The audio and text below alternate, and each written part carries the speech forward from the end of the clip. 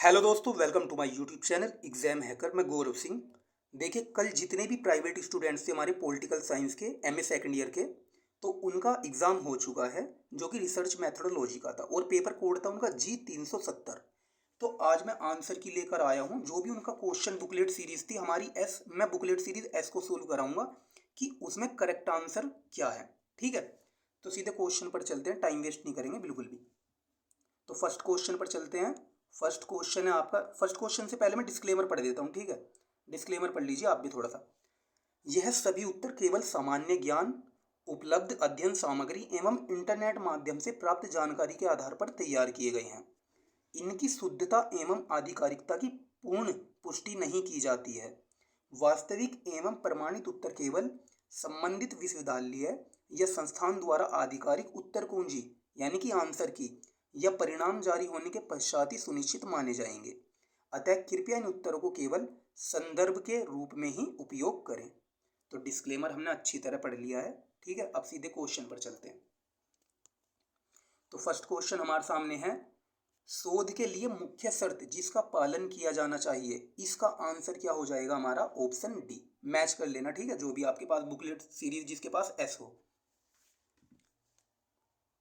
और जिसके पास एस ना हो ना, तो बस उसमें ये डिफरेंस रहेगा कि जो क्वेश्चन है वो आगे पीछे रहेंगे या ऊपर नीचे बोल सकते हैं। अब सीधे क्वेश्चन नंबर पर 2 पर चलते हैं। निम्न में से कौन सी गुणात्मक शोध की मुख्य विशेषता है? इसका करेक्ट आंसर होगा हमारा ऑप्शन ए। अब क्वेश्चन नंबर 3, वह अनुसंधान जो अतीत के अध्ययन के माध्यम से नए तथ्यों की खोज कर रहा है उसे क्या कहा जाता है? ऐतिहासिक अनुसंधान, यानी कि ऑप्शन बी हमारा करेक्ट आंसर हो जाएगा। अब क्वेश्चन नंबर 4 पढ़ते हैं। प्रायोगिक अनुसंधान में आवश्यक प्रक्रिया नहीं है, तो वह है क्या? संदर्भ संग्रह, यानी कि आंसर हमारा ऑप्शन डी करेक्ट हो जाएगा, संदर्भ संग्रह।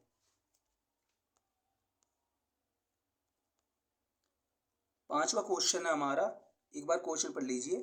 आपका सहकर्मी मार्केटिंग रिसर्च प्रक्रिया का उपयोग करने के बारे में उलझन में है, क्योंकि वह जानता है कि कुछ गलत है, लेकिन जांच करने के लिए विशिष्ट कारणों के बारे में सुनिश्चित नहीं है। तो उसे डैश डैश डैश ये लगाया हुआ है यहाँ पर, डैश डैश के साथ समस्या हो रही है, यानी यहाँ पर आंसर आएगा जो भी आएगा आपका डैश डैश जो है ना, उसे से आगे समस्या हो रही है, जो अक्सर सबसे कठिन कदम होता है। तो इसका हमारा करेक्ट आंसर क्या था? Option C. क्वेश्चन नंबर 6, निम्नलिखित में से कौन सा कथन सही है? तो इसका ऑप्शन है हमारा ऑप्शन डी।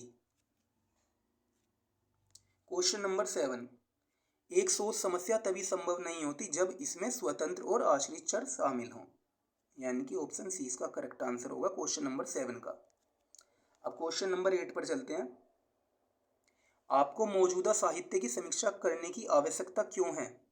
इसका करेक्ट आंसर है ऑप्शन सी, यह पता लगाने के लिए कि आपकी रुचि के क्षेत्र के बारे में पहले से क्या ज्ञात है। क्वेश्चन नंबर 9, हम फैक्टोरियल विश्लेषण का उपयोग करते हैं क्योंकि कई चरों के बीच अंतर जानने के लिए। ऑप्शन डी इसका करेक्ट आंसर है।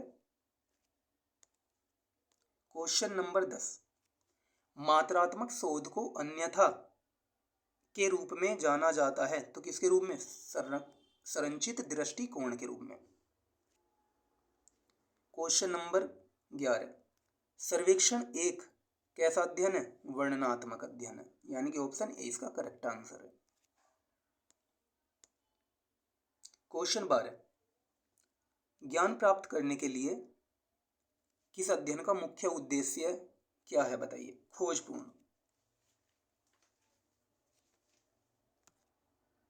तो इसका करेक्ट आंसर हो जाएगा हमारा ऑप्शन ए।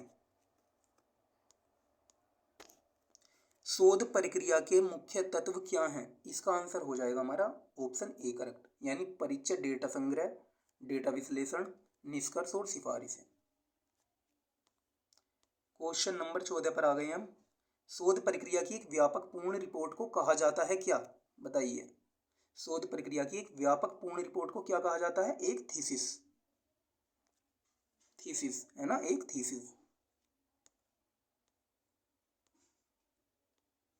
क्वेश्चन नंबर 15, निम्नलिखित में से कौन सी विशेषताएं गुणात्मक शोध में महत्वपूर्ण मानी जाती हैं? इसका करेक्ट आंसर होगा दोस्तों आपका ऑप्शन सी, यानी कि नीचे से ऊपर तक अनुभवजन्य साक्ष्य के साथ डेटा एकत्रित करना। क्वेश्चन नंबर 16, शोध में एक सामान्य परीक्षण के लिए बहुत अधिक प्राथमिकता की आवश्यकता होती है, तो इसका हमारा करेक्ट आंसर हो जाएगा ऑप्शन डी, यानी उपरोक्त सभी। क्वेश्चन नंबर 17, वैज्ञानिक अनुसंधान की मुख्य विशेषता है अनुभवजन्य या सैद्धांतिक या प्रायोगिक या फिर उपरोक्त सभी, तो इसका करेक्ट आंसर हो जाएगा हमारा ऑप्शन डी, यानी कि उपरोक्त सभी। क्वेश्चन नंबर 18, परिकल्पनाओं के परीक्षण के संदर्भ में निम्नलिखित में से कौन सा कथन सत्य है? इसका हमारा करेक्ट आंसर होगा ऑप्शन बी। क्वेश्चन 19, यानी कि क्वेश्चन नंबर 19 पर आ गए हैं। शोध रिपोर्ट में दी गई ग्रंथ सूची बताइए, इसका आंसर करेक्ट क्या है हमारा ऑप्शन डी, यानी उपरोक्त सभी।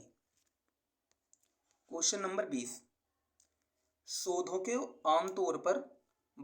को आमतौर पर किसी राष्ट्र के पहचान के प्रतीक के रूप में माना जाता है, बताइए इसका करेक्ट आंसर क्या होगा हमारा ऑप्शन डी, उपरोक्त सभी। क्वेश्चन नंबर 21, ठीक है, प्रश्नावली की मुख्य समस्या है, तो इसका करेक्ट आंसर होगा क्या हमारा ऑप्शन सी, करेक्ट। अब क्वेश्चन नंबर 22, जिस आधार पर धारणाएं तैयार की जाती हैं, तो इसका करेक्ट आंसर होगा हमारा ऑप्शन डी, यानी ये सभी। ठीक है, जल्दी जल्दी बस मैं आंसर बता रहा हूँ क्योंकि ये मार्क भी किए हुए हैं। और हाँ, इसकी जो पीडीएफ है ना, इसकी पीडीएफ नहीं डाल पाऊंगा, कुछ कारण है, ठीक है, उसकी वजह से। तो हमारा क्वेश्चन नंबर जो 22 था उसका करेक्ट आंसर क्या था, ऑप्शन डी। अब क्वेश्चन 23वां देख लो, यानी 23, शोध प्रक्रिया में अंतिम चरण है क्या? शोध डेटा का निष्कर्ष निकालना और प्रस्तुत करना है, कि ऑप्शन हमारा बी ठीक होगा इसका।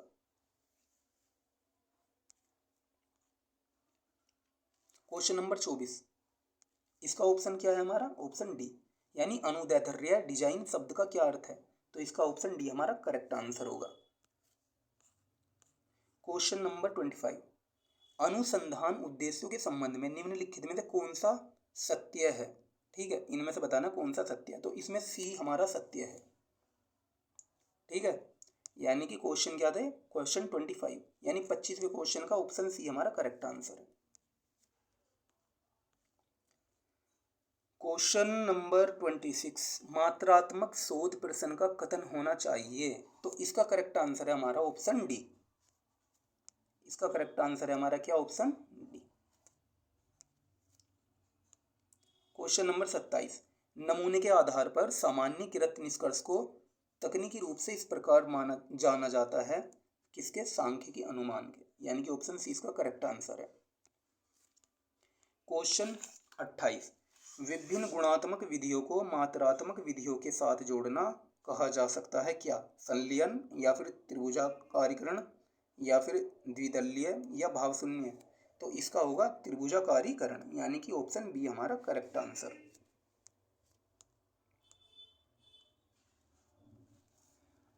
क्वेश्चन 29, यानी कि 29, वृत्ताकार रेखांकन का उपयोग यह दिखाने के लिए किया जाता है कि विभिन्न भाग पूरे से कैसे संबंधित है, यानी कि ऑप्शन डी इसका करेक्ट आंसर होगा। क्वेश्चन नंबर 30, जब जनसंख्या सीमित होती है तो आमतौर पर कौन सी तकनीक अपनाई जाती है? तो बताइए कौन सी तकनीक अपनाई जाती है? व्यवस्थित नमूनाकरण की, यानी कि ऑप्शन सी हमारा करेक्ट आंसर होगा। क्वेश्चन नंबर 31, मौलिक शोध निम्न करने की क्षमता को दर्शाता है, तो इसका हमारा करेक्ट आंसर होगा नए आदर्शों का संश्लेषण करना, यानी कि ऑप्शन ए हमारा करेक्ट आंसर। क्वेश्चन नंबर 32, विश्लेषण की इकाई से आपका क्या तात्पर्य है? तो इसका हमारा करेक्ट आंसर होगा ऑप्शन ए शोध परियोजना के भीतर अध्ययन की वस्तु। क्वेश्चन नंबर 33, शोध की योजना बनाते समय जो परिकल्पना विकसित होती है वह कौन सी है? तो वह कल्पना कौन सी है? कार्यशील परिकल्पना। तो वह परिकल्पना कौन सी हमारी? कार्यशील परिकल्पना, यानी कि ऑप्शन ए हमारा करेक्ट आंसर हो जाएगा क्वेश्चन नंबर 33 का। क्वेश्चन 34, निम्नलिखित में से कौन सा कथन सही है? तो इसका हमारा करेक्ट आंसर होगा ऑप्शन बी, यानी कि वैधता विश्वसनीयता सुनिश्चित करती है। वैधता विश्वसनीयता सुनिश्चित करती है, यानी ऑप्शन बी हमारा करेक्ट आंसर होगा क्वेश्चन नंबर 34 का। अब चलिए क्वेश्चन नंबर 35 पर, निम्नलिखित में से कौन सा शोध प्रक्रिया शुरू करने का पहला कदम है? तो सबसे पहले पहला कदम क्या है हमारा शोध प्रक्रिया शुरू करने का? समस्या की पहचान करना, यानी कि ऑप्शन सी हमारा करेक्ट आंसर होगा। क्वेश्चन नंबर 36, शोध को इस प्रकार वर्गीकृत किया जाता है, तो इसका करेक्ट आंसर हमारा क्या है? उपरोक्त सभी। क्वेश्चन 37, निम्नलिखित में से कौन सा किसी योजनाबद्ध रूप में परस्पर संबंधित तत्वों की व्यवस्थित रूप से वैचारिक संरचना है? तो इसका हमारा करेक्ट आंसर है मॉडल, यानी कि ऑप्शन सी मॉडल। क्वेश्चन 38, शून्य परिकल्पना है, इसका आंसर क्या होगा? हमारा करेक्ट आंसर ऑप्शन ए, जब चरों के बीच कोई अंतर नहीं होता है। क्वेश्चन 39, वह अध्ययन जिसमें जांचकर्ता किसी प्रभाव का पता लगाने का प्रयास करते हैं उसे इस प्रकार जाना जाता है। बताइए किस प्रकार जाना जाता है? पूर्वव्यापी अनुसंधान के द्वारा। तो यानी कि ऑप्शन डी हमारा करेक्ट आंसर होगा। क्वेश्चन नंबर 40, गुणात्मक डेटा एकत्र करने के लिए कौन सी विधि लागू हो सकती है?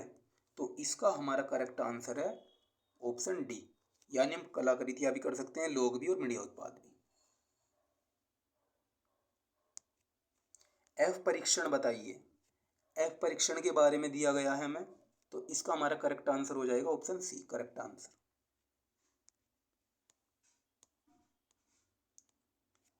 क्वेश्चन नंबर 42, सहसंबंध विश्लेषण की प्रमुख विशेषता क्या है? चरों के बीच संबंध, यानी कि ऑप्शन ए हमारा करेक्ट आंसर होगा। क्रिया शोध है, तो इसका करेक्ट आंसर है हमारा उपरोक्त सभी, यानी कि ऑप्शन डी हमारा करेक्ट आंसर है क्वेश्चन नंबर 43 का। 44वां क्वेश्चन देख लो, एक अच्छी थीसिस में क्या शामिल होता है? बताइए एक अच्छी थीसिस में क्या शामिल होता है? यानी कि विराम चिन्हों के साथ साथ व्याकरण संबंधी त्रुटियों को कम करना, यानी कि कम से कम करना, या फिर सही संदर्भ उद्धरण, या थीसिस लेखन के तरीके में एक रूपता, या अच्छी तरह से परिभाषित सार। तो इसमें चारों ही करेक्ट है, यानी कि चारों कौन से ऑप्शन में करेक्ट है? ऑप्शन नंबर बी में, यानी बी हमारा करेक्ट आंसर है।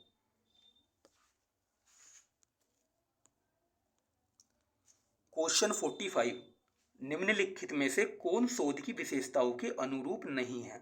तो इसका हमारा करेक्ट आंसर होगा शोध समस्या उन्मुख नहीं है, यानी कि करेक्ट सी।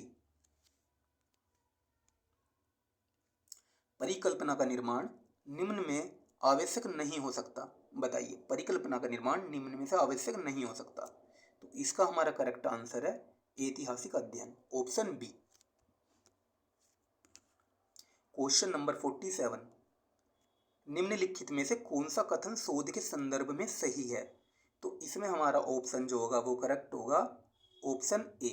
भाई ये चार कथन दिए गए हैं और यहाँ पर इनके ऑप्शन दिए गए हैं, तो इसमें ऑप्शन ए ठीक है हमारा, यानी ये चारों ही कथन बिल्कुल ठीक है, ए बी सी डी। पता लग गया? एक बार दोबारा बता दूं, क्वेश्चन नंबर 47, इसका करेक्ट आंसर क्या है हमारा? इसका करेक्ट आंसर है ऑप्शन ए, यानी ये चारों कथन हमारे सत्य हैं। पढ़ लेना जो कथन दिए गए हैं, ठीक है। एक बार मैं दोबारा स्क्रॉल कर देता हूँ, ठीक है, वीडियो रोक कर देख लेना।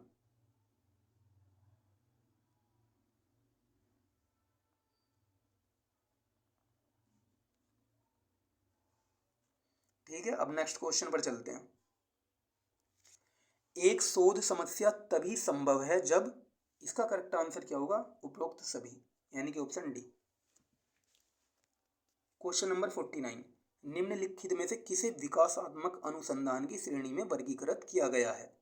इसका हमारा करेक्ट आंसर है क्रियात्मक शोध, ऑप्शन बी, ऑप्शन बी। अब चलिए 50वें क्वेश्चन पर। समस्या के बारे में अधिक से अधिक स्पष्ट विचार प्राप्त करने के लिए क्षेत्र अध्ययन के समय कानूनों को लागू करने वाला शोध कौन सा है? तो इसका करेक्ट आंसर है हमारा अनुप्रयुक्त शोध, अनुप्रयुक्त शोध। जिस विधि से नमूना चुना जाता है तो वह विधि कौन सी है? यादृच्छिक विधि, यादृच्छिक विधि।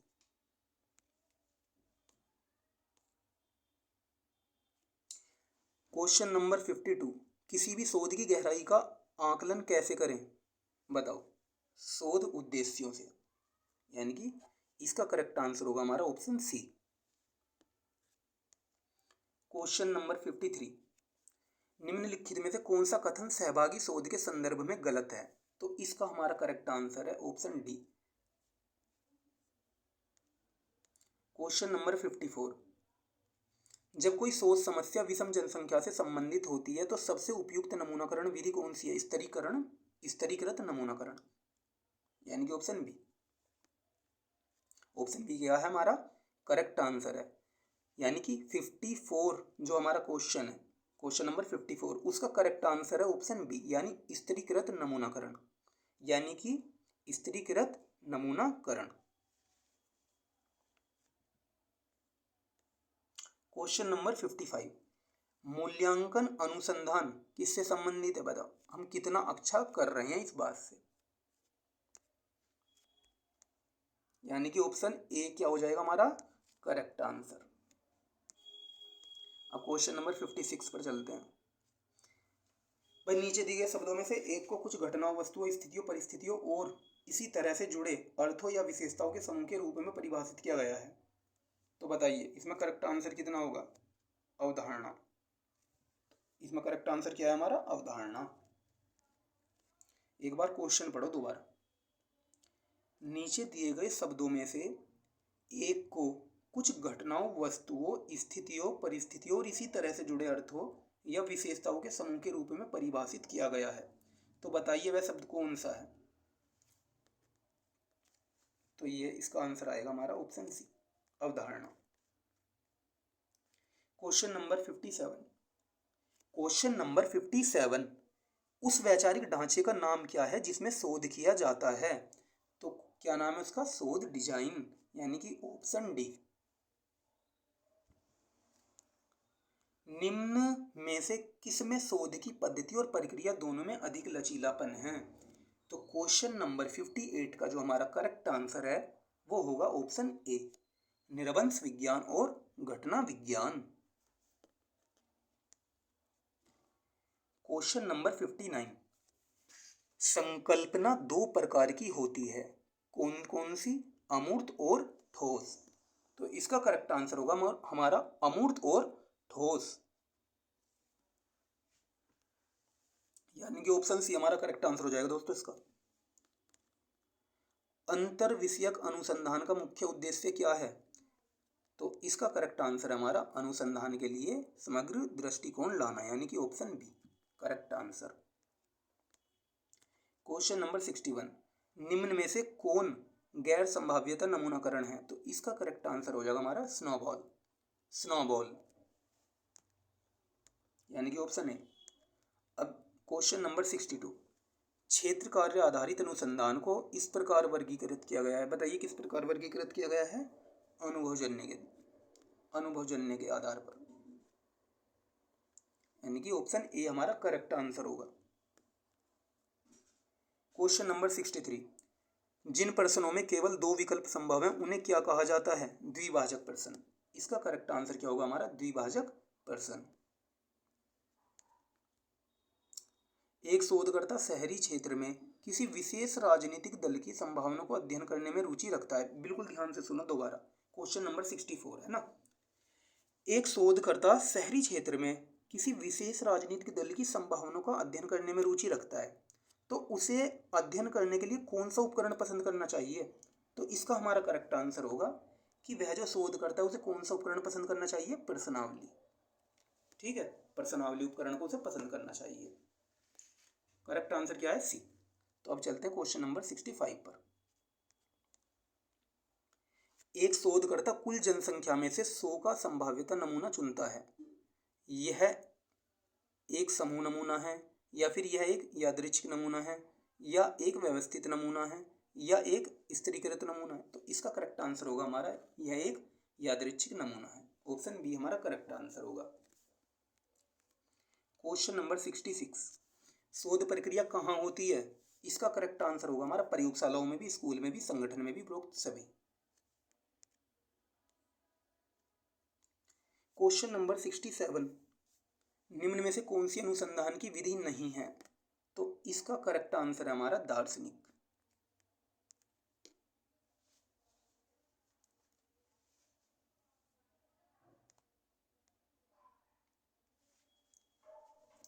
समूह साक्षात्कार में होते हैं, इसका करेक्ट आंसर है हमारा क्या, ऑप्शन सी।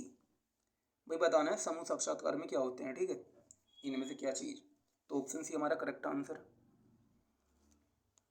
शोध हमेशा होता है, बताओ, पुराने ज्ञान को सत्यापित करने के लिए, या नए ज्ञान की खोज करने के लिए, ज्ञान के बीच की खाई को भरने के लिए, या फिर ये सभी, इन सभी के लिए।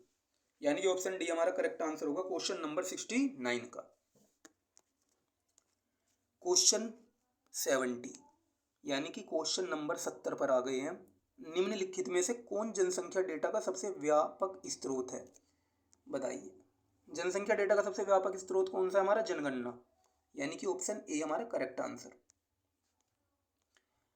क्वेश्चन नंबर 71, परिकल्पना है, बताइए, परिकल्पना है मौजूदा साहित्य से निकाला गया निष्कर्ष, या फिर डेटा की व्याख्या, या चर के बीच संबंध, या मान्यताओं की तुलना। तो इसका करेक्ट आंसर होगा हमारा ऑप्शन सी, चर के बीच संबंध। क्वेश्चन नंबर 72, शोध क्षेत्र में वैज्ञानिक विधि का मुख्य उद्देश्य बताइए क्या है? डेटा व्याख्या में सुधार करना, या त्रिभुजन की पुष्टि करना, या नए चरों का परिचय देना, या झूठे संबंधों को खत्म करना। तो इसका करेक्ट आंसर होगा हमारा झूठे संबंधों को खत्म करना।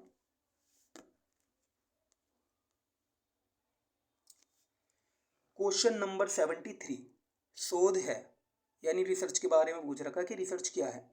बार बार खोजना है ना, यानी सर्चिंग अगेन एंड अगेन, या एक नया ज्ञान ढूंढना किसी भी समस्या के समाधान का, या finding a solution to any problem, या फिर किसी भी समस्या की सच्चाई की खोज के लिए वैज्ञानिक तरीके से काम करना, या working in a scientific way to search for the truth of any problem, या फिर उपरोक्त में से कोई नहीं, या फिर नन ऑफ द अबव। बताओ, इसका हमारा करेक्ट आंसर होगा ऑप्शन सी। ऑप्शन सी हमारा क्या है इसका करेक्ट आंसर। अब बताइए क्वेश्चन नंबर 74 का आंसर।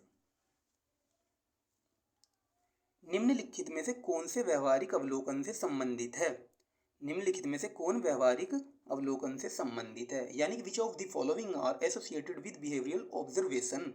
तो बताओ, नॉन वर्बल एनालिसिस, या लिंग्विस्टिक एनालिसिस, या स्पेटियल एनालिसिस, या फिर ऑल ऑफ दिस। बताइए, तो इसका होगा हमारा करेक्ट आंसर ऑप्शन ए, यानी गैर मौखिक विश्लेषण, नॉन वर्बल एनालिसिस। अब चलिए क्वेश्चन नंबर 75, शोध की किस प्रकार की रिपोर्टिंग में व्यक्तिगत और प्रासंगिक संदर्भ स्वीकार्य है? तो इसका हमारा करेक्ट आंसर है निरवंश विज्ञान शोध, ऑप्शन सी।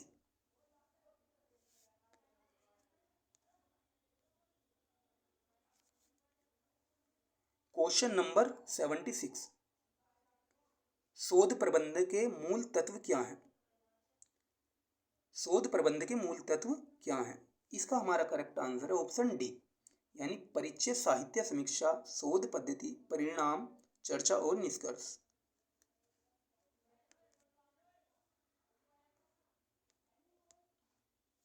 क्वेश्चन नंबर 77, शोध की वस्तुनिष्ठता को किस प्रकार बढ़ाया जा सकता है?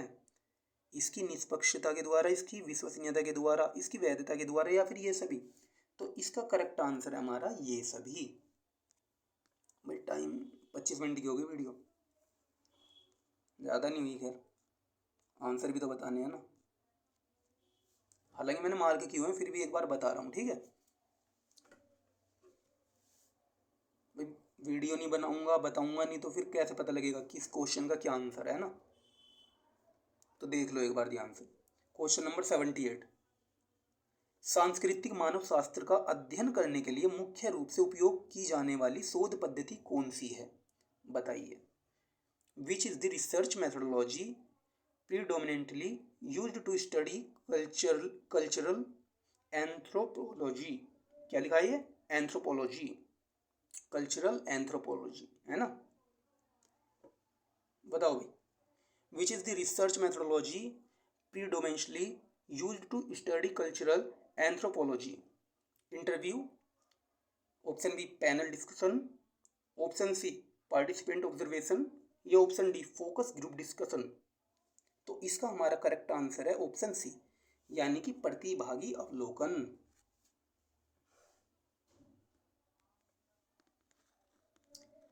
अब इसका बताओ, केस स्टडी पद्धति का अनुसरण करने वाले शोध को क्या कहा जाता है, यानी क्वेश्चन नंबर 79। इसका हमारा करेक्ट आंसर क्या होगा, ऑप्शन ए। दोस्तों 1 मिनट रुकना बस, है ना।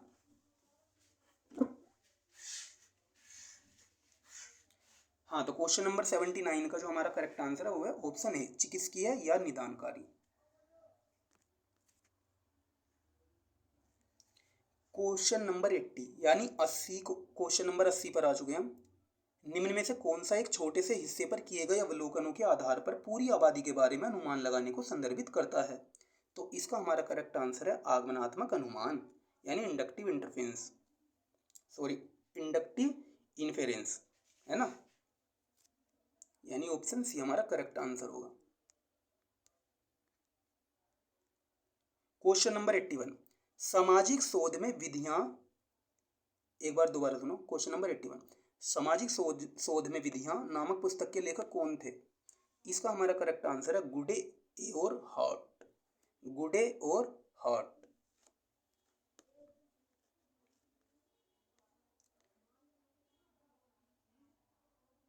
क्वेश्चन नंबर 82, निम्न में से कौन सा शोध समस्या को व्यवस्थित रूप से हल करने का एक तरीका है। तो इसका हमारा करेक्ट आंसर क्या होगा, शोध पद्धति।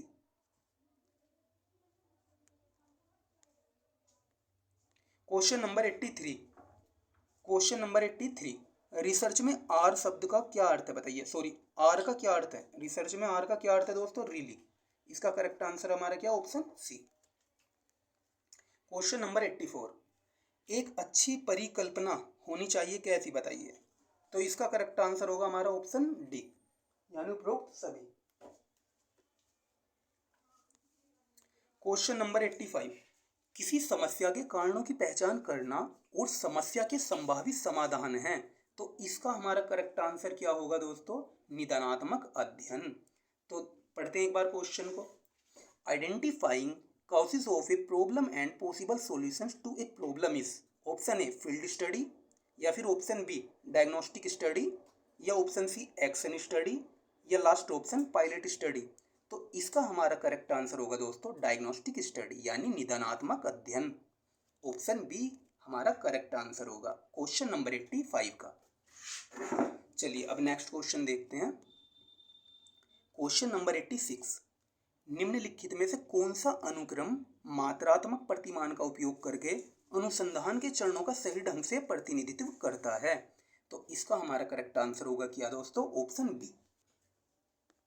ऑप्शन बी क्या है हमारा करेक्ट आंसर क्वेश्चन नंबर 86 का। क्वेश्चन नंबर 87 यानी कि 87वें क्वेश्चन पर आ चुके हैं हम। एक शोध की वैधता को द्वारा बेहतर बनाया जा सकता है, बताइए किसके द्वारा बेहतर बनाया जा सकता है, उपरोक्त दोनों उपाय के। ये जो ऑप्शन ए और बी दिए गए हैं ना, इन दोनों उपाय के द्वारा हम एक शोध की वैधता को क्या बना सकते हैं, बताइए, बेहतर बना सकते हैं, यानी कि ऑप्शन सी इसका करेक्ट आंसर होगा। तो 87वें क्वेश्चन का क्या होगा correct answer, option C. Research शब्द में ए का क्या अर्थ है? तो ए का अर्थ इनमें से कुछ भी नहीं है, उपयुक्त में से कोई भी नहीं, यानी कि ऑप्शन डी हमारा करेक्ट आंसर होगा। क्वेश्चन नंबर 89, क्षेत्र अध्ययन किससे संबंधित है? वास्तविक जीवन की परिस्थितियों से, या फिर प्रयोगशाला परिस्थितियों से, या प्रायोगिक परिस्थितियों से, या इनमें से कोई भी नहीं। तो इसका हमारा करेक्ट आंसर क्या होगा दोस्तों? Option A. अब क्वेश्चन नंबर 90, निम्न में से कौन गुणात्मक सोच से संबंधित नहीं है? तो इसका करेक्ट आंसर होगा हमारा सर्वेक्षण विधि। क्वेश्चन नंबर 91, निष्कर्ष और आगमन तर्क प्रणाली का एक हिस्सा है, यह कथन किसका है? निष्कर्ष और आगमन तर्क प्रणाली का एक हिस्सा है, यह बात बताइए किसने कही, किसका कथन है? जॉन डीवी ने। तो ये बात किसने कही थी? जॉन डीवी ने। क्वेश्चन नंबर 92, तार्किक तर्क प्रक्रिया के तरीकों में से एक को कहा जाता है आगमन, या फिर निगमन, या शोध, या प्रयोग। तो इसका हमारा करेक्ट आंसर हो जाएगा ऑप्शन ए, आगमन। क्वेश्चन नंबर 93, एक छवि, धारणा या अवधारणा जो मापन में सक्षम है उसे क्या कहा जाता है? उसे कहा जाता है परिवर्तनशील, यानी कि ऑप्शन डी हमारा करेक्ट आंसर हो जाएगा क्वेश्चन नंबर 93 का।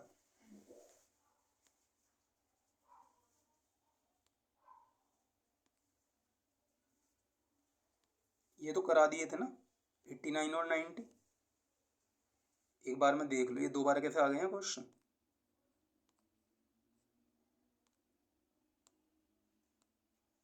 93 तो हो गया था, 94 चलना है ना हमारा। हाँ क्वेश्चन नंबर 94, एक मिनट रुकिए बस मैं स्लाइड देख लूँ एक बार। ये स्लाइड थोड़ी ऊपर नीचे हो गई है, या फिर दोबारा लग गई है, एक स्लाइड डबल स्लाइड लग गई है यहाँ पर। तो 93 तक हमारे क्वेश्चन हो गए हैं ना। अब 94 क्वेश्चन देखेंगे हम। क्वेश्चन 94 कहाँ है हमारा?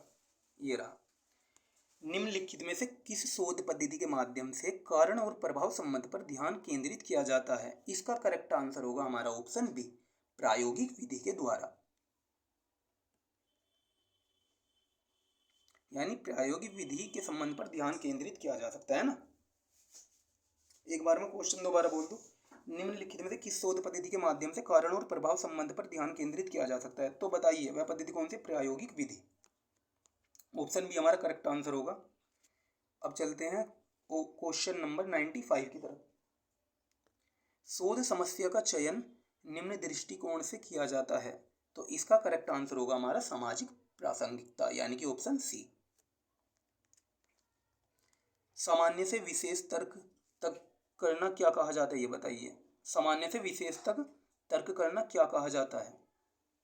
निगमन। इसका आंसर होगा हमारा निगमन, करेक्ट ऑप्शन बी। शोध करने की प्रक्रिया में परिकल्पना का निर्माण के बाद आता है, बताइए परिकल्पना के निर्माण के बाद क्या आएगा? उद्देश्यों का कथन, ऑप्शन ए हमारा करेक्ट आंसर। क्वेश्चन नंबर 98, मौलिक अनुसंधान को अन्यथा कहा जाता है, fundamental research is otherwise called. बताइए, क्रिया अनुसंधान, या सर्वेक्षण, या पायलट अध्ययन, या शुद्ध अनुसंधान, एक्शन रिसर्च, या फिर सर्वे, या पायलट स्टडी, या प्योर रिसर्च। तो इसका आंसर क्या होगा दोस्तों? हमारा प्योर रिसर्च, ऑप्शन डी, शुद्ध अनुसंधान। क्वेश्चन नंबर 99, शोध पद्धति का अर्थ है क्या? ऑप्शन इसका क्या होगा? Answer B. इसका क्या आंसर है करेक्ट 99 क्वेश्चन का? Option B. एक बार मैं दोबारा क्वेश्चन बोल दूं, शोध पद्धति का अर्थ है विश्लेषण के लिए डेटा या साक्ष्य के संग्रह में उपयोग किए जाने वाली रणनीतियां, प्रक्रिया या तकनीकें, यानी कि ऑप्शन बी इसका करेक्ट आंसर है। लास्ट क्वेश्चन है क्वेश्चन नंबर 100, यानी कि क्वेश्चन नंबर 100। एक औपचारिक दस्तावेज जो शोध के इन उद्देश्यों को प्राप्त करने की रूपरेखा और अध्ययन के अपेक्षित परिणामों या प्रस्तुतियों को प्रस्तुत करता है, उसे क्या कहा जाता है? समीक्षा पत्र, थीसिस या शोध प्रस्ताव या शोध पत्र? बताओ, रिव्यू पेपर या थीसिस या रिसर्च प्रपोजल या रिसर्च पेपर? तो इसका करेक्ट आंसर हमारा रिसर्च प्रपोजल यानी शोध प्रस्ताव। तो क्या हो जाएगा, ऑप्शन सी हमारा करेक्ट आंसर।